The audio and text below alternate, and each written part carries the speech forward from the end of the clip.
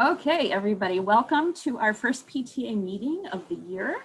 I wanted to just quickly introduce myself and just explain a little bit more about what we're doing. So my name is Megan. I am the current president of the PTA. I am a white cisgender female with 2 white kids at King Arts, and I'm married to a white man. I was brought up in a very white liberal manual labor household in which colorblindness was practiced and not much conversation really existed around gender identity.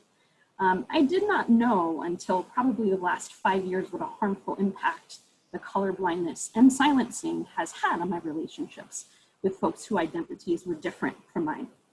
I grew up in the performing arts with experience and training in performing and acting, singing, and dancing. You know, I really believe that arts expression is imperative to a future in which all of our voices are lifted up and healing can really occur within our community. I have been fortunate as a parent here in District 65 in the past few years to engage in some of the equity education around all of the isms within SEED, along with Courageous Conversations workshops. I am aware and conflicted really about the leadership role I have here in the PTA in an organization that has historically silenced marginalized groups.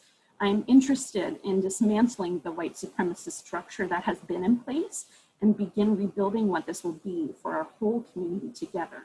So if there are any white caregivers that are curious about this, want to know more, I encourage you to listen to the New York Times podcast, Nice White Parents, as a reference point. And we can certainly put that link in the chat. My commitment to you this year is that I will continue to challenge myself to learn more and move these learnings into action throughout this year. So with that, I wanted to we want to move to passing our minutes. So Jeff, would you mind doing that for us? Absolutely. Bear with me for 1 second while I share my screen.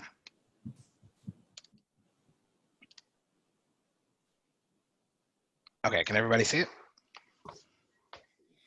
Yes, we can see a bit of it. We may need you to scroll down a little bit. Thank you. There we go. Excellent. Okay, so we need a motion to pass these May minutes. If you all can get a look at them and then have someone maybe come off mute. Megan, I pass. I nominate to pass the minutes. Excellent, and then thank you. And then we need a second. We can get a second motion. I second. Excellent, thank you. So we have now passed those May minutes. Thank you so much. Okay. Thank you, Jeff. No. All right, so the next thing I wanted to discuss and just share with you a little bit is our plan, right? This is kind of like our plan for the PTA. Hang on 1 second. I'm operating with PowerPoint and doing that along with the Zoom sharing is something that I have not done before. So hang on 1 second, please. All right. So can you all see this? Wonderful, thank you. Okay, so I wanted to just start by talking about the King Arts PTA and our plans for this year. We as an executive committee have been working through the summer to really brainstorm and be innovative and creative about this kind of crazy time that we're in at the moment. So, you know, I think what we've really come to in terms of sort of a thought or a motto is this idea of we're here for you. That's really what's important to us in the messaging for this year. So this is just our agenda. We'll introduce the executive team. Each of the executive team will just tell you a little bit about themselves. We'll talk about our intention, some of the projects we're working on, our commitments to you, and this is partially talking about the budget, so financial commitments. And then we can have just a few minutes, I would say, of questions so that we can, of course, allow Dr. Henderson and A.P. Calloway to discuss their plans and the state of our school. So this is part of our executive team on this page in this slide. And then I have the second round on the second slide here. So I was thinking we could just kind of go from this slide to the next, you know, one-on-one. So as left to right. And so, you know, I'm the president, obviously, Megan Shea. I hope that that photo is familiar. And I have two, my gender pronouns are she, her, hers. And I have two children at King Arts, a kindergartner, Amelia, and a fourth grader, Tucker. And the one thing I'm really excited about is this opportunity to create something and rebuild at a very exciting time in our school. So Jamie, feel free to join in. Yes, hi, I'm Jamie Wells Butcher. I'm one of the co-vice presidents of the PTA. I have two children at King Arts. I have Quincy Butcher, he just started in kindergarten. Super excited. And I also have a daughter, Evan Grace, and she is in third grade. One of the things that I'm really looking forward to this coming year is really getting to know our new families, as well as continuing to get to know our returning families. I think it's really important, you know, prior to this, but even more so now, just connecting with people and getting to know everyone and trying to help create opportunities where we can engage safely. And so that really, I think for me, is what I'm looking forward to this year, is really kind of trying to help create those opportunities for myself personally and my kids, but also for everyone in our community. Absolutely. Thank you, Jamie. So Kristen. Hi, I'm Kristen White. My daughter Willa is in 5th grade. My pronouns are she, hers. And I am excited. This is my first time to be on the PTA leadership team. I've been a member in the past, but have not been active, but have been engaged through our Girl Scout troop at the school.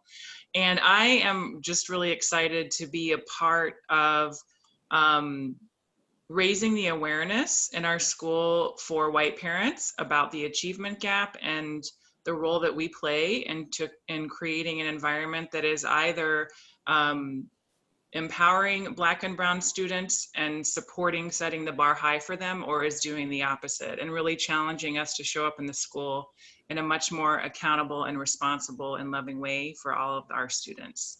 I'm not sure how we're going to do that. We're talking and to a lot of to each other and to other families about how that looks for our school, but hopefully we'll be in a different situation next year. Thank you. Thank you, Kristen. Jason, Nemo, are you here? I'm not sure if I saw you. You may not have been able to join, which I completely understand. All right, so we're gonna move on. Jason is our treasurer, he's amazing.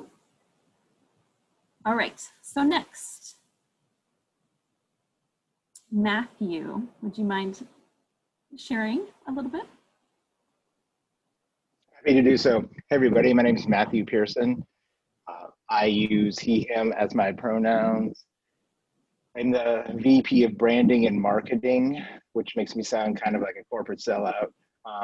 But what that means is my mission is to make sure everything looks cute. That's really what I care most about.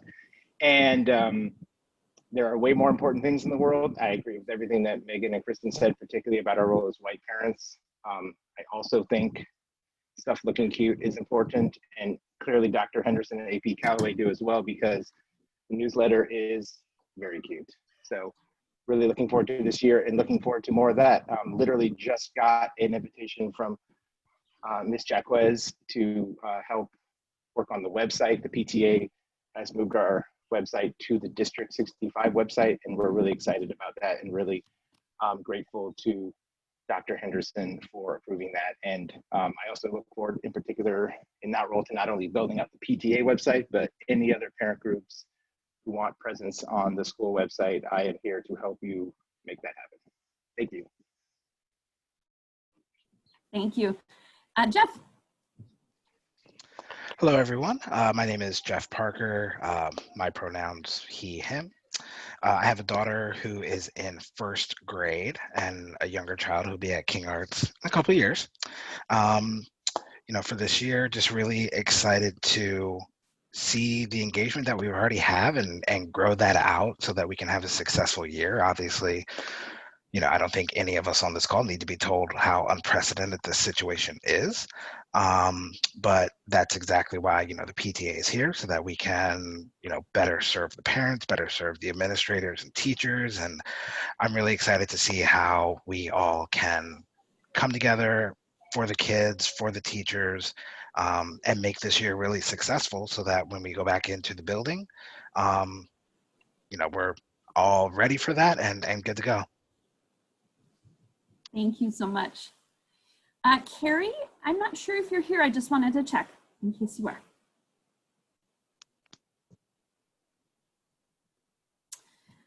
So maybe she's not, which is fine. She sent a note. She's still at soccer with her son, and she will be joining when she can. Wonderful. That sounds great. Thank you, Jamie. And then Liz. Hi, everybody. Liz Schrader. I have two sons, Tate in 6th grade and Turner in 4th grade. We've been at King Arts since Tate started kindergarten, so it's our 7th year, I guess.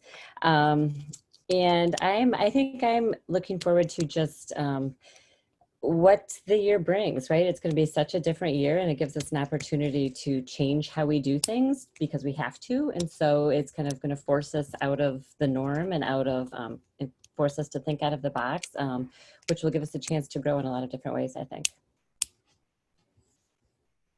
Absolutely. Thank you so much. Yep. So I wanted to really just chat for a few minutes here about, the intention for our school year. So our real focus this year is about building community. I know we are in a pandemic and we're all online, so good times. We will do this together as best as we can. I think we have this is our opportunity, I think, to be creative and to give each other grace, right, in this moment in time. So I think in order for us really to do this, we've got to really understand the needs of our community. We have to communicate effectively about that, and then really develop plans to support those needs and just really follow through on those commitments this year. So our main focus here is really around community. Our goal is to build an inclusive community with trust and kindness as the foundation. I do want to really just talk a bit about kindness specifically. I do think that this word has historically been used in white supremacist structures in order to silence marginalized voices with tone policing. So I want to be clear about our definition of what kindness here at King Arts and the PTA is. So, I believe that real kindness is vulnerable and authentic. It is a word describing how we talk about hard things while also holding up the dignity of each individual in that conversation. It is about understanding that harm has been done and the action of moving forward towards repair of that harm. And then, the trust piece, I think, is how we commit to actions verbally and follow through with those actions while communicating throughout the process. And I really do believe that with kindness and trust, we can move towards justice in our community. So some of the things that we're going to need to do in order to really build this community, our first step is going to be launching this parent caregiver survey. So this will help us understand those needs. This will really inform how we are building, the ways that we connect, all of these social and educational programs that we have a team working on already. Events and meetings at times that will work best for our community, which is different now that we're online. And effective communication, really, to keep everyone informed about what's happening. So in terms of our commitments, budget and where that money is really going. So Jason and I are still tweaking our budget. We will get there very soon. But overall, what I would say is that 40% of our budget is really, over 40 is focused on community building specifically. We are, interested and moving forward with having everyone as a member of the PTA. So all folks within our school, all of the caregivers and teachers will be a member automatically. And then we will be giving a material out so that people can opt out if they want to. That is absolutely fine, and we totally understand that. There are some logistics involved in getting that information and data, and so that's really where what we're trying to figure out right now. Megan? To move forward. Yes. So sorry to interrupt. Dr. Henderson made a request that if you don't mind hitting present so that the slide is bigger and easier to see. Oh, sure. I'm so sorry. Thank you. Apologies about the interruption. Thank you. Yeah, no worries. I'm not sure that I know how to do that here. Hang on one second. Just go to view at How's the top that? right. If you go to, oh, there you go. Is that better? There you go. Yep. Okay. Thank you, Dr. Henderson. I needed that feedback for sure. So yeah, so hopefully this is a little bit clearer.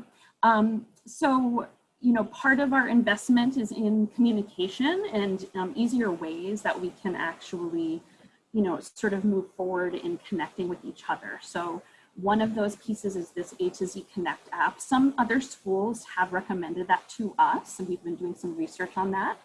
And so logistics around getting that information is really where we're at the moment, and we're hoping that will be, you know, done in the next few weeks so that we can get going on connecting everyone together.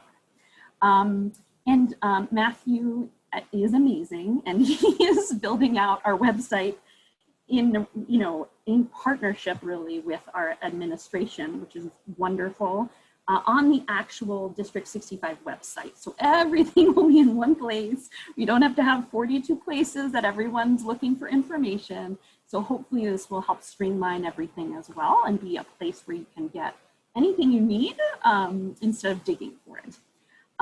We will continue, of course, to support, you know, programs within the school. This will look a little different this year, but we are, you know, obviously going to continue supporting financially these programs. We will continue with a mini grant program as well, and scholarships and the grocery resource program, both of which we really want to invest in more heavily. So the other piece I just wanted to talk about is that we have a lot of programs that we'll be doing this year that may not cost actual money, but really do involve the volunteer and hard work of our community. And so I just did a quick way to sort of calculate and measure that in case that was of interest to anyone. But I think it's really important that we really think about that too, right, in the value of what we're doing here. So what's next? Caregiver survey. Jamie is amazing and has been working on this closely with our team and getting all kinds of feedback from everyone. This will be an anonymous survey. It's really important. We would just love to hear from you. We want to get your voice so that it really impacts the way that we plan for the year. So we would love it if you would share your thoughts and ideas. I know that sometimes it feels like these surveys go into a black hole. That is not the case. We do use all of this information to inform what we're doing. We will share back with you some of those trends and thoughts and ideas with, you know, kind of practicing privacy protection as well. You know, we will give you 2 weeks. We're going to send this in an email so everyone will have this information, and certainly we'll share the findings.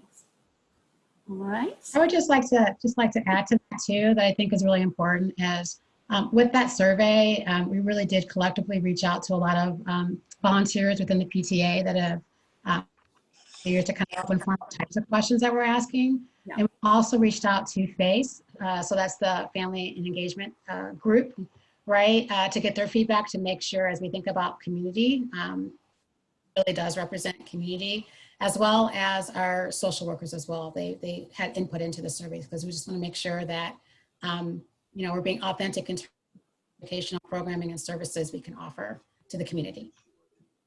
Absolutely. Thank you for that addition. So, you know, the only other question was just if we have any questions specific to the PTA. I think we have about 5 minutes for that. So, you know, again, you can put those in the chat. Matthew can kind of let us know what those are. If there's anything anonymous, feel free, send that over to him. You know, and we're happy to answer any questions you might have.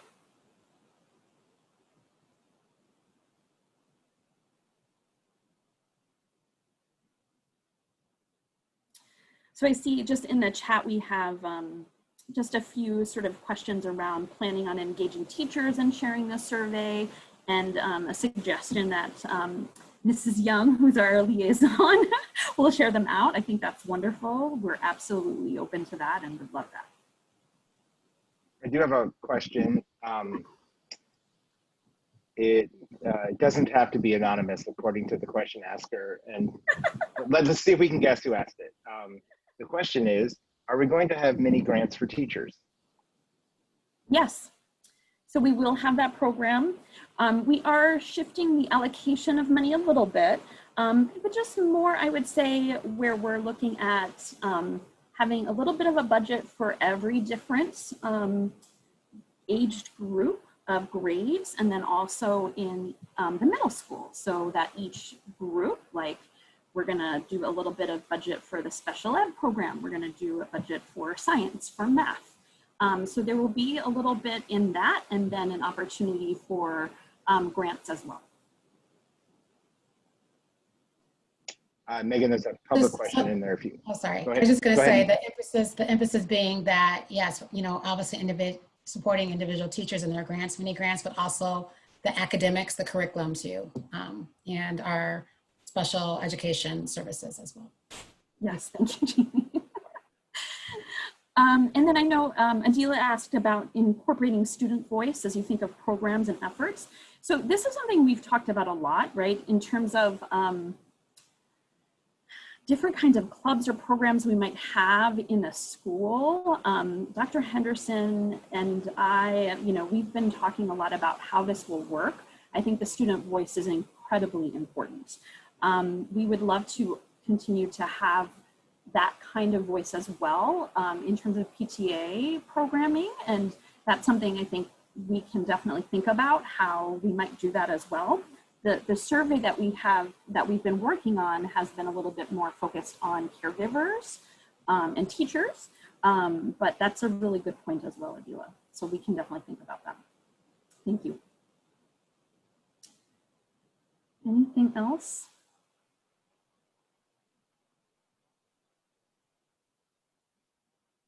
All right. Well, I think then at this point, what I'd love to do is really pass this along to Dr. Henderson and AP Calloway so they can, you know, discuss the state of the school.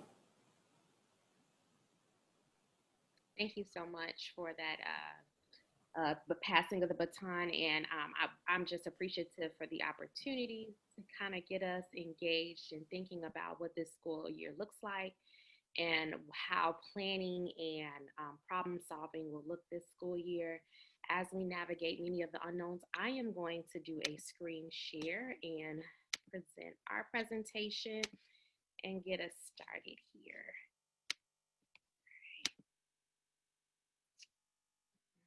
And if I can also have a thumbs up when you can see the presentation. Awesome, thank you. So this is our school year 21 state of school presentation. It'll kind of go into some data. It'll talk about who we are as a school and what our action plan looks like. I know we have been allotted 45 minutes, and should we not use it, of course, we can reallocate some of that time for questions and answers at the end. All right, so just to give a little history about King Arts, especially for families who are just joining us and may not have a lot of this information. King Arts is one of two District 65 K-8 magnet schools, the other one being Betsy Rhodes, an awesome principal there, Miss Mendez, who's amazing too. King Arts founded in 1967, formerly also known as King Lab. King Arts revolves around the 4 pillars: arts integrated learning, enhance fine arts, learning performance publication, 3 enhanced literacy, and finally 4 inclusion. Okay, and so there's a little caption under the picture. We reestablishing and redesigning King Arts as a magnet school that is unified on the purpose of student achievement. I'm going to put a pin there in achievement, led by a transformational leader that shares leadership with empowered problem-solving teachers, has robust systems to support a positive culture and learning routines, and thrives on strong parent-community partnerships that complement school goals. And so that is just a little bit of who we are. We welcome in a new superintendent this school year who has introduced us to the Miracles framework. And just a little history about Dr. Horton. He's worked in another district and where implementing the Miracles framework provides a pathway to really truly implement a school's mission and vision. It aligns our work to clear framework pillars. And so if you see on the left, you'll see what those Miracles framework pillars are. A motion towards equity. I think that even in our current context, this one is really our scope of work as we move forward this school year. Improving our instructional methodology, relevant and rigorous course of study, attract and retain high quality staff, a commitment to accountability, learning environments that support student success, establishing expected targets driven by results, and sound fiscal stewardship that Megan kind of talked about in terms of how they're rebuilding some of the funding pipelines for the PTA. We want to make sure that our goals and our vision aligns to the work of the Miracles framework as it is kind of driven by our district. Our school mission and vision as it stands, what most people may have is the mission of King Arts is to provide all students with a dynamic educational experience that focuses on the fine and performing arts and emphasizes literature and writing. If you see in the title at top, it says it is under revision, and part of best practice in terms of making sure that your school is fully aligned to do the work that it says it is going to do is to review that mission and vision to make sure that it is still what we're saying we're going to do. And so our SIT team, which stands for School Improvement Team, in partnership with other stakeholders like our parent reps that we will be seeking and students will be workshopping this mission and vision so that we are communicating who we are as King Arts. All right, I'll turn it on over to AP Calloway, who will drop in and begin to lead us through some of the information that you may already know, but is important to consider before we talk about goals. Absolutely. Thank you, Dr. Henderson, and thank you, Megan, and the rest of the PTA for allowing us some time to sort of go over some of this information. So I'm going to just jump right into it. Here we have the summative designation by the Illinois State Board of Education. This is essentially a rating for schools.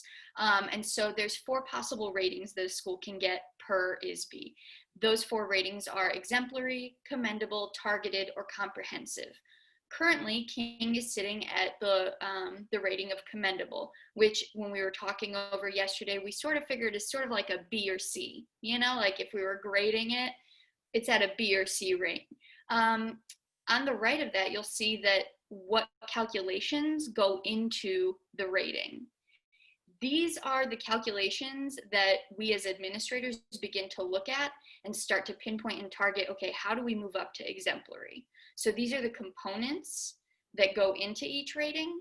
And so you can, I do hate reading to adults, but you know, here we are. So the percent of students proficient in ELA, the percent of students proficient in math, how our English learner progress towards proficiency is moving, what our ELA growth and our math growth look like, which we'll talk more about, what our chronic absenteeism is looking like, so attendance, and essentially a climate survey. AP Calloway, before you move on, if you notice that the percentages next to it kind of gives you the weight for how it contributes to the rating. So for instance, if you see that climate survey at the bottom, that weight is 5%. Usually that is taken through a test called My School, My Choice, or it's 5 Essential Survey, and students take their own version, teachers and staff take their own version, and families typically get a version in the spring. And so just that is what those percentiles mean at the right of those factors. So let's, oh, your computer, there it is. Okay, good. So these are the different things that we measure in alignment with some of the calculations, specifically around attendance and engagement. Growth, as you saw, was repeated on those calculations, and encompass some of those heavier weights for rating. School climate, equity and inclusion, and then of course the systems implementation, which now we're going to go into a little bit more slightly in depth. And so what I'll try to do in each of these is to sort of say what the data is, what it means to us as administrators, and later on in our deck, we're going to talk through what our plan is to address this data. So here we have attendance and engagement. In the yellow, you can see our school compared to the district and the state. So we're sitting at a student attendance rate of 95%, which is great. I mean, this is what we want. If we can get to 96, that would be even better. But as long as we have the student engagement, we're also working with the district on the engagement piece for remote learning. So we know attendance obviously looks different in remote learning. And so we're trying to figure out what is a productive way of collecting that data, and also a productive way of engaging those students who maybe aren't showing up every day in the remote learning setting. And so we are developing those systems and structures. You can also see to the right of that, that we have a higher teacher retention rate compared to the rest of the state. So part of, the Miracles framework too is retaining high quality teachers. When Dr. Henderson and I onboarded with the school, I can speak for myself in saying, like, hearing about teachers who have been there for 15, 20, 25 years, it's very impressive. It's almost a little bit intimidating, right? Because you're the new kid on the block, but it's really exciting to be able to work with people who have invested so much time in the community. So not all of the data that we're going to go through is going to be happy data, but it is the reality of our situation, and it is worth addressing so that we can identify where exactly we're at and where we want to be. Here you'll see student data on what's called the IAR, which is the Illinois Assessment for Readiness. This is a federally standardized test. I'm sorry. There we go. And the green and sort of the dark green show that the students who are meeting or exceeding standard proficiency for math on the left and literacy or ELA, English Language Arts, on the right. So we have about 33% of our student body is meeting or exceeding standards of proficiency in math, and 34 is meeting or exceeding standards of proficiency in English Language Arts. So this means a few things. One specifically is that we have plenty of room for growth. This data also only reflects grades 3 through 8. So the IAR, that assessment, is only for grades 3 through 8. This year, we're going to do a standards-based test for all of our students, K through 8, known as the MAP or NWEA, which we know some people are already like, why is this happening? Don't do this to us. But it's critical that we get this data so that we're not waiting until 3rd grade to understand the true performance and achievement and attainment of our students, so that we can intervene sooner or enrich sooner, and so that we're growing that capacity in both of these content areas.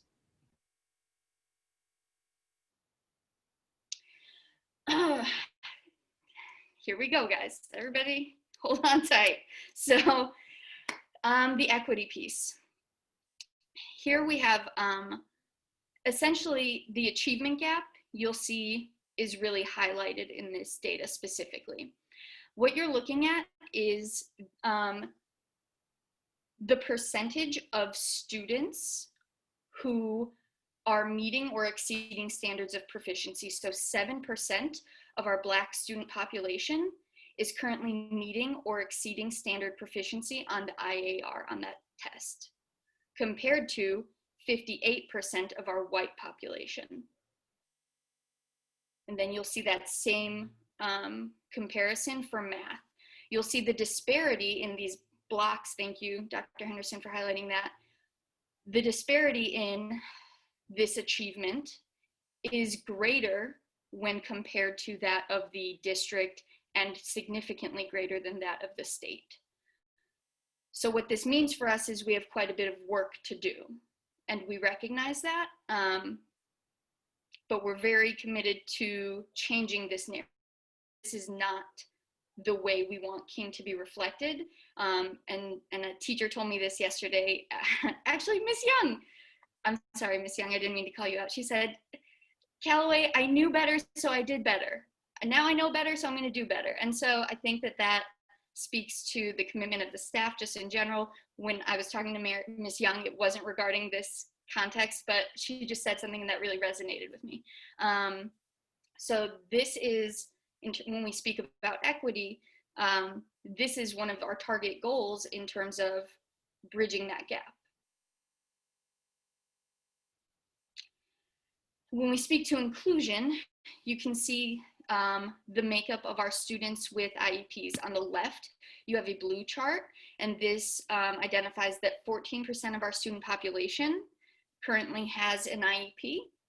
And if you look to the right, you'll notice that the demographic breakdown of this.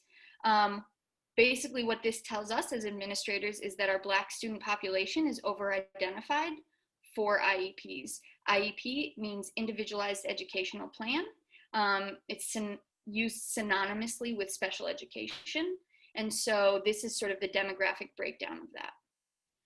This also tells us, because our Black student population is over-identified for IEPs, there are things within our control that we can do to impact this change, and there are things that are outside of our control as a school. Within our control, which we'll get to in that plan, but one of the main things we do want to highlight is moving towards a notion of culturally responsive teaching and a few different progress monitoring tools, which Dr. Henderson will get to later in our presentation. I'm sorry, can we just pause for a minute? And because, you know, as a Black parent with 2 Black children, and a Black husband, seeing this data, and I've seen it before, many of us have seen it before. I think it warrants us to pause for a second and ask parents in our community if they have questions about this data and how they're interpreting it, and how they're feeling about it.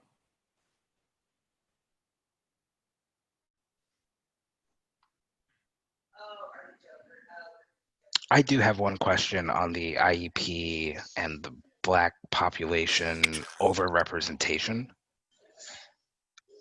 What exactly does that mean, to be overrepresented? To have that overrepresentation, is that those, how are those numbers not necessarily accurate, or what would you expect to see if we were actually testing people properly and putting the proper plans in place? I would expect it to be respectively correspondent with the demographic breakdown of the school.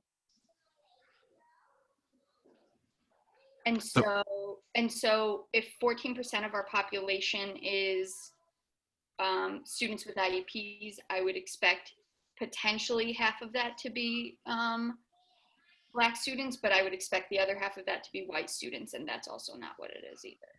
So are we anticipating that is it like a true over-identification, like we're putting more Black students on IEPs than there needs to be, or we're missing students that may need to be on IEPs but belong in different demographics, so we're not catching it?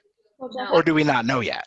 I was just going to say, part of the work of cycles of inquiry is understanding what our problems of practice are, right? And so these are numbers that existed before we came in. And as much as we would like to say that we have all the reasons why this data is presented, we have some ideas, but we have to do a little bit more digging, analyzing of current practices to say, this is what's leading to the problem. And it's still too early for us to say that right now. What I will say that I've noticed is that we're missing our MTSS culture, and we're going to talk about that in our goals. And MTSS means multi-tiered of student supports, which is supposed to provide students with supports along 3 tiers before we make recommendations for specialized services. And without that system in place, that really helps to manage how many students we push into special education, we bypass it and students receive IEPs. And so that is something we're going to talk about once we get into goals and action planning. But I hope I answer your question. We don't have we know exactly why this is happening. Mhm. We're sharing that this data we've seen, this is alarming for us. And we're going to be monitoring and finding out why this is happening so that it doesn't become or continue to be the narrative for King Arts. No, thank you. That's exactly the context I was looking for. I appreciate that. And just to follow up on Jamie's question and to echo what I think Kristen said earlier and Megan, even though my child is white and may be doing okay, the data is unacceptable. And I look forward to the plan that's going to address the achievement gap because, like even in a self-interested way, if my kid's okay, that's not okay to see this achievement gap. That's just, that's how I feel, Jamie. I know that we do have a question. I see a hand up. Kimberly? Hi, yes, thank Hi. you. Sorry, I raised my hand. I was like, that's great. Thank you so much. And maybe this will come up later in the presentation, but I'm very alarmed by these data, and I heard about them, I think last year or the year before, and it's really shocking. But what I haven't heard is what the plan for analysis are of these data, besides things like school climate or practices. How will we be using these data to really understand and make targeted interventions that address this gap? Because what to me is extremely alarming is the disparity that seems to be across the district between King Arts and others. I mean, it's alarming within the school, but I think it's really alarming between King Arts and the rest of the district as well. So maybe you're going to get to that, but if not, I just want to ask, what are the thoughts on analyzing? What kinds of things will you be taking into account when you analyze these data? Thank you. We'll come to that in our goals, but I think what's also important before we say this is the remedy for it, right? Because when we think about proper diagnosis, like any of us who have visited a doctor, right? There are systems of tests that have to take place before they give us the treatment. Now, if you walk in and, you have a shoulder ache and they put you in a full cast and say, this is the remedy for it, we could be missing what the real issues are. And so, Kimberly, there's some time that we need to take with the sit and understanding what our practices are, learning from one another. A.P. Calloway and I are learning a lot every single day about some of the practices that are in place, which some of them are very good and some of them just need improvement. We also need to be able to think about what professional development hasn't been provided, because as we look, and I often say, is it an issue of skill and will when we talk about some practices? Is it that we have the skill and we're not willing to do it because we're uncomfortable? Or is it that we're unwilling to do it because we don't have the skill? We haven't been invested in and don't have the training and some of the practices that need to take place to move the data. So there is a lot of sense making that still has to happen before we immediately say, bam, here's the plan. And I'm going to speak more to that at the end of the goals that I'll share.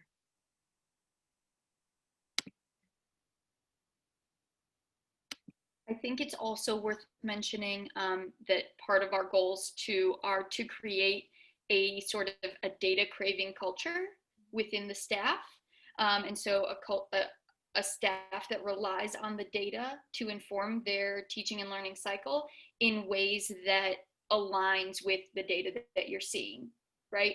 And so that is part of the plan, and we do have some ideas as to how we want to address that, but I think, as Dr. Henderson said, it definitely will get addressed later into some of the more details that go with that. But I do think, too, building that trust across is going to take some time. But that being said, there's a sense of urgency around this, right? There isn't any more time to waste. It's taking years to get to this point. And so it is going to take time to dig us out of that hole. But the only people who are not benefiting from this at this point are the students. So we need to figure it out. And I agree with you in that, Kimberly. So as far as the school climate goes, I'm sorry, Dr. Henderson. I'll go back. I'm sorry. As far as the school climate goes, that survey that was part of the composition of the rating for the school, this is what goes into that survey. These are the components of that survey. We don't have any data from that survey because either it wasn't given, or it wasn't properly collected, or it just never made it to us. So this is the data we know we need. The quantitative feedback from students, staff, and families around these components, we just don't have that. And so we do plan to implement that as well this year. What I will say is it's typically given in the spring, and we all know that this spring we were upside down. And as MAP has begun to make arrangements to issue its assessment remotely, I'm unsure if the University of Chicago Consortium has figured out a way to deliver this assessment remotely. No information has been provided yet. And so once we have an idea, there are some school level assessments that can be fashioned after the University of Chicago Consortium 5 Essential Survey, and we can offer that as an alternative if we're still in the same position we are this spring. And I'm hoping that that is not the case, but I just want to put it out there. AP Calloway, am I okay to move on? Yes, please. All right. So we've referenced this quite a lot in the presentation, the systems implementation. And if you sat or listened to any of the board members, you know, in conjunction with the Miracles Framework, we are organized under 6 systems. The systems are System 1, Standards and Curriculum Improvement. This is the resources that we have to implement rigorous instruction. So is it standards aligned? Is it vetted to ensure that all students have access, so that our diverse learners or our SPED learners, our emergent bilingual learners? Where does our curriculum benefit? Who does the curriculum benefit? And if it's not, what are the changes we're putting into place? System 2, effective use of data. And I echo AP Calloway, we have to create a culture of data craving. I use this analogy, right? Before we decide to do a fitness program, some of us have had some type of data to say that we need to do something different, right? So sometimes for me, the buttons are starting to push out a little bit on things, right? The clothes feel a little snug. The scale may say something. So I have different pieces of data that tell me we need to make some changes, right? And so we as a school community have to have the culture that says, what are our pieces of data that we're going to use to help us make better decisions? System 3 is collaboration, learning, and instructional practices. System 4, progress monitoring and analysis of student work. System 5, academic and behavioral supports. System 6, instructional feedback and professional learning. This summer, I was with the rest of the principals across the district, intense engagement in learning about what the 6 systems are. We presented the learning and the systems to our SIT team, who are still, they're transitioning into a new school year and also making sense with us with the 6 systems. You see 3 systems highlighted because as we moved through and did a self-assessment and began to formulate the goals that we'll share it's very soon, we found ourselves really looking at needing to make necessary changes in systems 2, 3, and 5. So it doesn't mean that we're not going to work in all systems. I do want to make that clear. We do have to make sure that our instruction is standards and standards aligned and the curriculum is supportive to all students. We will be engaging in progress monitoring and we will be looking at student work, but the 3 highlighted systems are where we found our low-hanging fruit and our really intensive need. So with that, we take the systems work and we develop what is called an SWP. It is called a school work plan. That school work plan is built on continuous improvement through cycles of inquiry. So this is not, we present you these goals, the goals go away and we come back at the end of the school year and say, hey, did we meet the goals, right? It is embedded in weekly, bi-weekly, monthly, quarterly, trimesterly. How are we coming back to the table and saying, did we meet the goal that we set? It started with a self-assessment of the 6 spotlight systems. I did a self-assessment first with some preliminary data that, of course, I was given when I transitioned into the principalship. Much of the data was old, as some pieces, some tools and some assessments weren't able to be given this school year. And so I did my self-assessment. The SIT, that is our school improvement team, they also did a self-assessment. And it took some time, right? It took some days.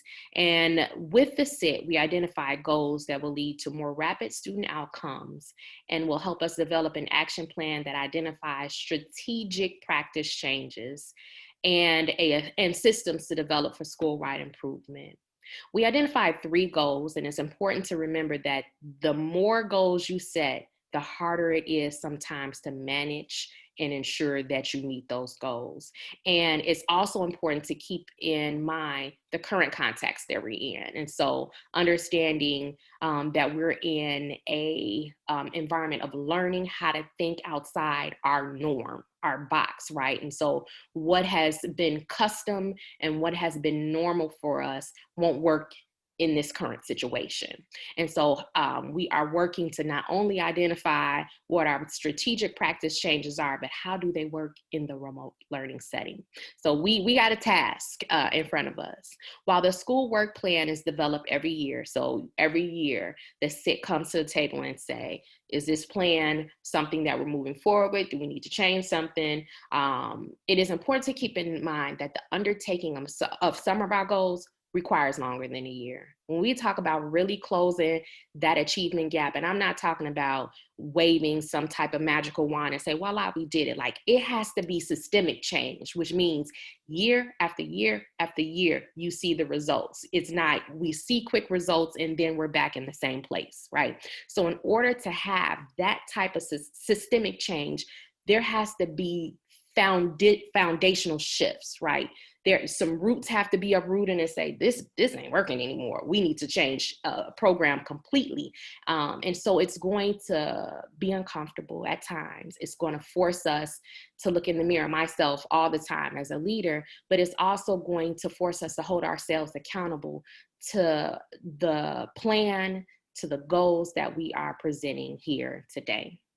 We hope to finalize our school work plan with SMART goals. And if I know we're very acronym heavy, that is the world of education, but our SMART goals are specific goals that are measurable, must be attainable. Like I like really lofty goals. I like to say, all of our kids are going to, or exceed, but we have to be realistic, right? And so that R is realistic. Now, but that is different for some of us. It has to be equitable. Does it only serve one part of the population, or is this ensuring that all students are going to be able to benefit and thrive from the goals? And so as we continue to engage in problem solving, analysis, understanding what our problems of practice are, also as we engage in research, right? And so as we apply the necessary strategies that fix some of our problems? Is it vetted through research? Are other schools doing it and seeing success? And how do we massage it to meet or to match what our needs are as the school? So that's our school work plan. Here are our 3 goals. And so our 3 goals are outlined in theory of action language. We believe that these outcomes can happen if we do an action. So goal number 1, effective use of data. If we, as a school community, regularly assess, analyze, and share SEL, academic, and engagement data, and provide aligned professional learning, then we will see. So here are practice changes that we will see.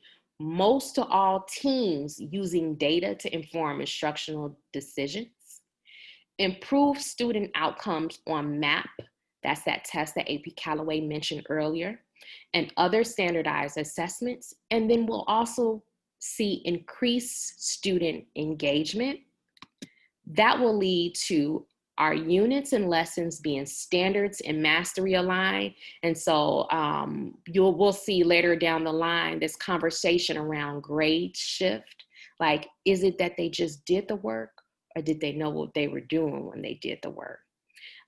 Consistent use of that learning cycle. So I talked about not just putting Band-Aids on problems, but really understanding what the problem is and saying, oh, since that's the problem, we know that these are research-based strategies that are going to fix the problems, and here is how we'll implement it.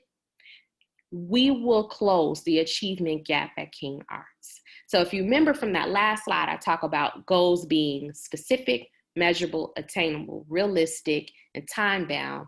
We're missing some key components here, and we hope that by the time we finish that school work plan, we'll have our time-bound specifications in there. We'll have our ideas of tools. So Kim, that goes back to your question, how will you do it, right? And so we'll have exactly what you can expect to see from us, when you can expect to see it from us as it relates to effective use of data. That's goal number 1. I did a lot of talking. Before I move on to goal number 2, I just would like to take any points or questions for clarification before we move to goal 2.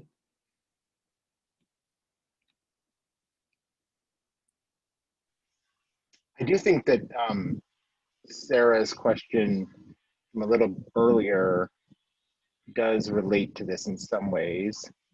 And if this is something you're going to be getting at in the presentation, we can obviously wait till then. Sarah asked, as a new parent, I have questions around other measures of inequity, around discipline, for example. Do we have data on the equitable treatment of kids? It's coming. Yeah, I figured it was. All right, practicing my wait time. That was Matthew, but I don't want to miss anyone else. All right, we're going to do goal 2.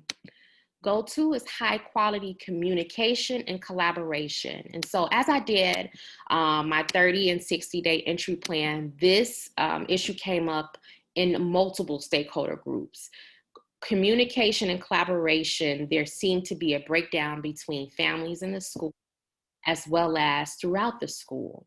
And so if we develop clear systems for communication to all stakeholders and use consistent communication protocols, then we can see collaborative decision-making and instructional planning. So that's collaboration, not just at the school level, which we want to continue to increase that, but also collaboration with our family and our parent and caregiver groups so that we can ensure that we're providing the best supports for resources at home.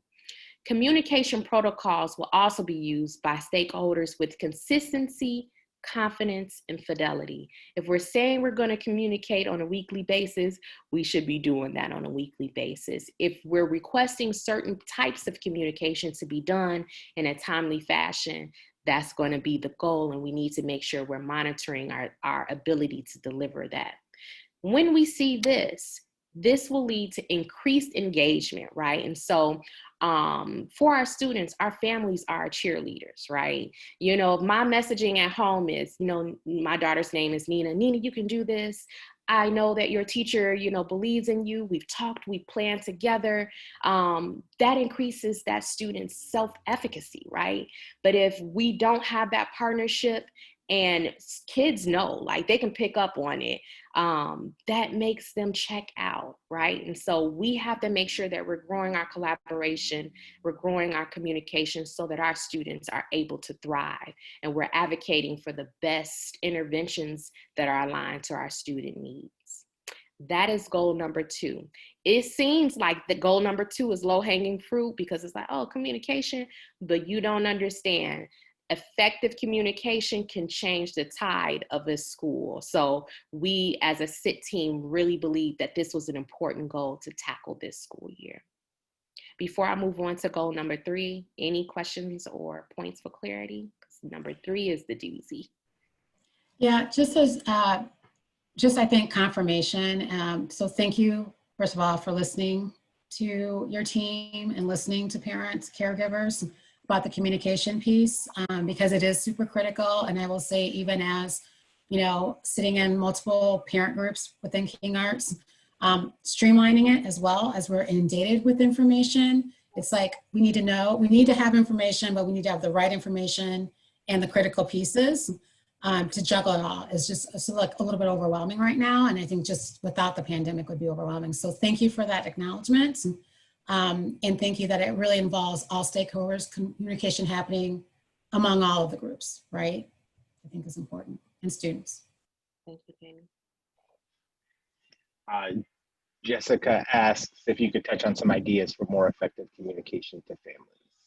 Yeah, so as we move through that if there's a system that gives us like what the action steps are. So once we have our parent, we intend to have parent reps on SIT that represent our grade band. So a primary parent rep, an intermediate, so primary, I'm sorry, is K through 2, an intermediate parent rep 3 through 5, and a middle school parent rep. And as they engage with those action steps that are outlined under collaboration and communication, that system, we're imploring our parents to provide within those action steps what we still need as a school community. And Matthew, sometimes it's in a sense of a survey, right? So as we're sharing data from the surveys that you give out in PTA, some that come from the school, and making sense of what the needs are for our communities, then we build those into our school work plan. So that's why we need the data. That's why we need participation, so that we can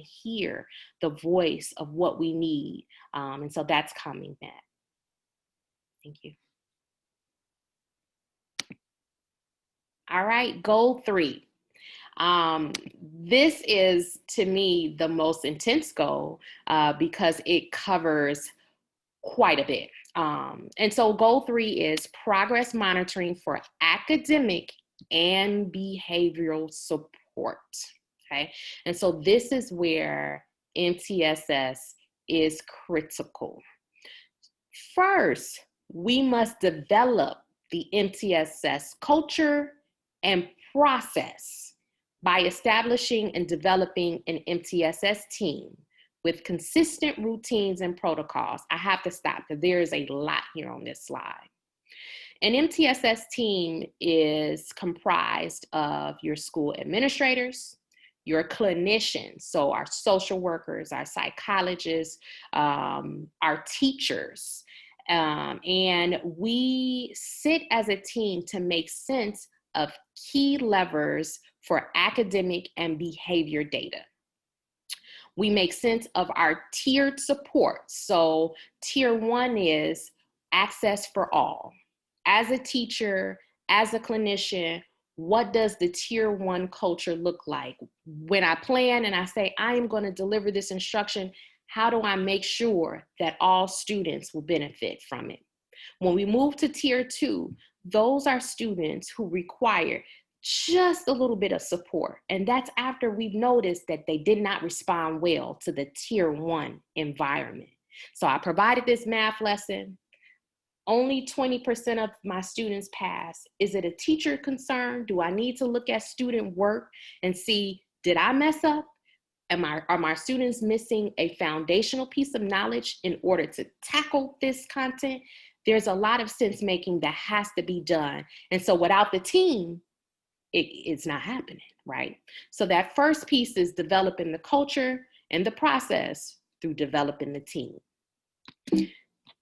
If we do that, we will see increased understanding and implementation of effective research-based Tier 1 instruction. That's SEL and that's academic. And this piece I can definitely speak to. It's something that I wrote extensively about in my doctoral program, work I've done in other contexts. If you tackle Tier 1 and make sure that you proactively ensure that all student needs will be met, you don't have so much to redo on the back end. So that is the importance of the Tier 1 setting. When I think about SEL, I think about how do you proactively support students' social emotional learning, or do you wait till they do something to provide the consequence and the repercussion? If students don't understand how to navigate certain spaces, how to effectively use communication, we set them up for failure. And so that Tier 1 piece is important and critical so that we're proactively giving students what they need instead of waiting for us to realize that they never had what they needed all along. If we do this, we will see increased understanding, which will lead to this: decreased need for Tier 2 and Tier 3 interventions. Tier 2 and Tier 3 interventions can come in the form as one-on-one social work support. It comes in the form of referrals for outside counseling, severe or serious reading intervention programs. If we do Tier 1 right, we'll see a reduction in the need for Tier 2 and Tier 3 services. We'll see a reduction in the overall number of students being recommended for IEPs. And then we'll also see a mitigation of the number of Black students being over-identified for IEPs. And so if we think about, there is a strong correlation between behavior data and students who are referred for services. And so if we don't understand what trauma-informed and culturally responsive teaching looks like, we automatically begin to put labels on students, and that is something we have to stop. And so that is the when I think of all three goals, they need each other intertwined, but number 3 is a heavy hitter, and it requires a lot of work. It requires a lot of research, but we can do this collaboratively and with supports, of course, from our district, because these communicated goals are also goals we have communicated to our district as ones that we're committed to doing, which means as we develop the plan and we identify resources that we need, whether it be learning resources or capital, because I don't mind asking for the monies that we need to make this happen, we have to be able to show that there's an action plan and there's some traction to it, right? We can't just be lofty and say, well, we need, $40,000 in professional learning from a guest speaker, but if it's not embedded in the work and we don't have a plan behind that, then it's money that we're wasting. And so those are our 3 goals for this school year. Really a lot to process, I know, but it doesn't happen in this one meeting. These don't go away. You'll start to see them communicated often on our communications, especially as we tease out what our time-bound and specific measurable tools are. These will become part of our language as a school community. So with that being said, there is our last slide that causes you to do a little reflection, maybe today, maybe over the weekend, or over the span of the entire school year. How do we partner with parents and caregivers to reach this goal, or our goals? Is it deeper than our parent reps who will serve on our SIT committee? Is it something that will take root in the PTA in partnership with the school? Is it something that will start to develop other groups and other supports? It can go anywhere, but I want you to think after today, what is my role in this work? Because everybody on this call has a role. Of course, we have our little people and our scholars that, you know, we want to make sure that they exceed and they excel. But when we think about the school as a whole, the school as a system, all of us are pieces and parts in that system. What do you contribute? What will you contribute so that we can change the narrative at King Arts? And so I'll leave that there. That is our presentation, and we'll begin to open it up for questions, further questions for the day. Dr. Henderson, I'm seeing quite a few different questions sort of around like behavior and disciplinary practices and disciplinary policies. And one thing that I just wanted to establish and just sort of say on our behalf is that when we sort of began to unravel some of that behavior data and talk about, okay, what does this look like? What happens when an infraction happens? What is the procedure? We found that there was a definite lack of clarity around that, and also that it was different for the elementary side versus the middle school side. So it was just like people aren't on one accord with what happens when an infraction happens, or really people aren't on one accord around like, what is the proactive tier 1 behavior support that's happening in class to target social and emotional learning in order to reduce behavior and infractions on the front end. And so when I say in the chat that they need to be reestablished and clarified, I really mean that like we need to sit down and think and look at that data. What are the infractions that are happening most commonly when we're in person, and go backtrack. What were the tier 1 supports that were happening in that classroom? Were there any? Because if there weren't, that's where it all starts, right? It starts with like, what is the culturally responsive and trauma-informed teaching? What does that look like in the classroom before a behavior escalates, before we're assigning some sort of punitive response? Although I know Dr. Henderson and I are on the same page when I speak to, we're both more interested in restorative responses and keeping kids in classrooms as much as possible, because losing instructional minutes is not something we can afford to do when we're back in the real life setting or the remote learning setting. And if I could just echo, when I talk specifically about that tier 1 support, even in the remote setting, some of you all may have had an opportunity to watch me record these videos. I'm trying to get more savvy about norms and expectations, right? And so if we didn't introduce what our remote learning expectations, our norms are, how do we move swiftly to saying this student is not, you know, contributing positively to the remote learning culture? If you have an outline for me what that looks like, you leave it for my own interpretation at whatever grade level, and our kids can interpret some things in some new and different ways. We leave it wide open. And so we have to be able to build that tier 1 culture and say, this is what we're going to provide. This is what we also expect. But here are the supports when you don't meet those expectations. And here are the tiered supports, and how do they become more intense before we identify that students need a support that's external or embedded in an IEP. And so that's that progress through tier 1, providing proactive expectations, being clear upfront before it turns into anything that we have to now provide something more restorative or responsive in discipline. Okay, are you doing the questions? I'm like, I don't know where we're at with the questions. Good. Okay. I know I didn't mean to interrupt. We're good? Okay, I got two questions in the chat, but I also, if we all have more to say, I don't mean to interrupt. Do it? Okay, so first question.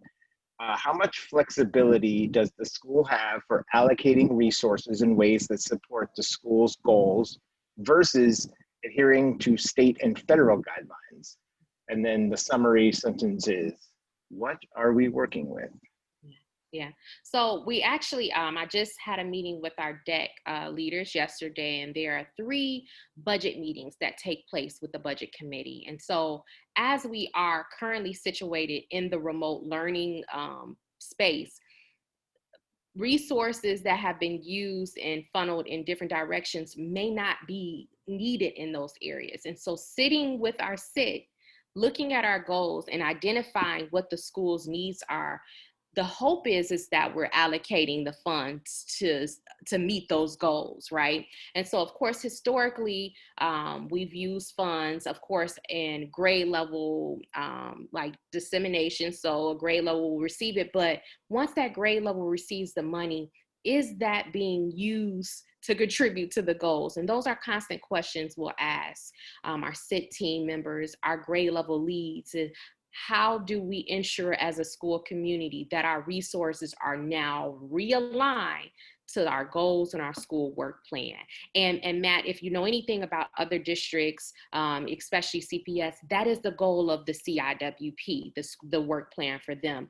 They actually have to pass off a budget that shows its alignment to the school goals. And so I'm hoping that that's something we sit and massage over the next month or so to make sure that we're being fiscally responsible. Because if you remember, that's one of the tenets of miracles. So we don't want to just be out there, I don't know, charging the card, the black card. That it's new to me. I'm learning about this black card. We want to make sure that it is going to support the learning that has to take place in our school. I hope I don't know who answered the question, but I hope that was okay. The other question in the private chat is a practical one, which is, can you, who do we contact as parents at the school for technical issues? Person asking says, we reached out to the district office for help and they gave it, but then said reach out to the school for a new Chromebook and not sure who to contact. Yeah, so I don't think the tech department understood the undertaking that would take place in the remote learning space. And so to alleviate the bombardment of the district, I created a school ticketing system a few weeks ago, just to make sure, of course, that our King Arts families had the support that they needed. And I think that they were amazed and elated that that support happened, but I had to return the work to the district because if you know anything about instructional leadership, you need to be in the actual spaces where instruction happens. And so my ability to support all things tech had to be redirected. So the process now is, in order to receive tech support, initially, you must call the hotline. However, I hear that no one's being answered and the message box is full. I usually can send a direct message to our school tech support, Chris Lang, who will provide the assistance. If it's just a swap out, he lets me know a parent X needs to swap out said device, and we make it happen during that tech swap out hours after school. But if I don't know, I'm not prepared to provide the support. And so I think that's the piece that we have to work on between the district and the schools is, what is our communication system so that we can make sure that at the school, someone is able to provide the necessary needs. And so it's on the table. It's been in constant conversations in our district leadership meetings, but that is the initial process. Thank you. I have a question myself. So they should, go ahead. I was just going to clarify. So they should call the hotline and then what? Then should they email you? Should they email me? If they have not received any support from the hotline in the 24 hours from when they communicated, then send an email and I will push it out. I'm going to still send it to the hotline first because they need to create a ticket. They need to put their eyes on it so that they can tell me what the action steps are needed.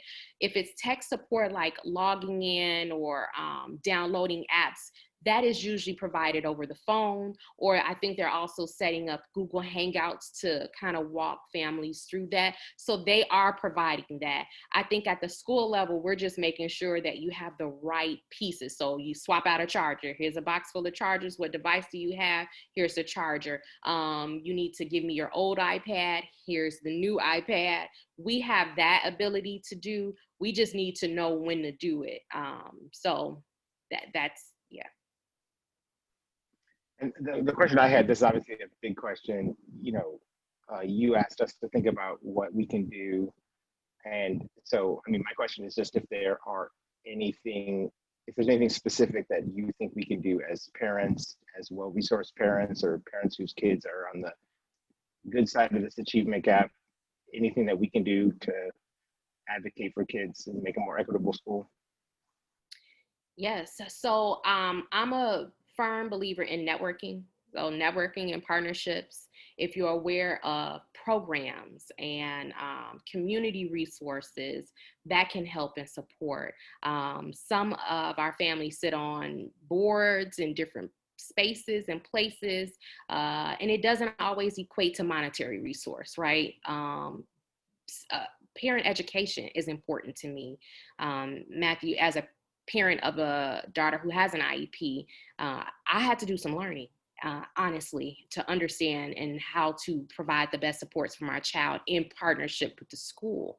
And so AP Calloway, if you want to chime in, I think that's the initial goal. What are our resources? What extensions and partnerships can we make to, to support?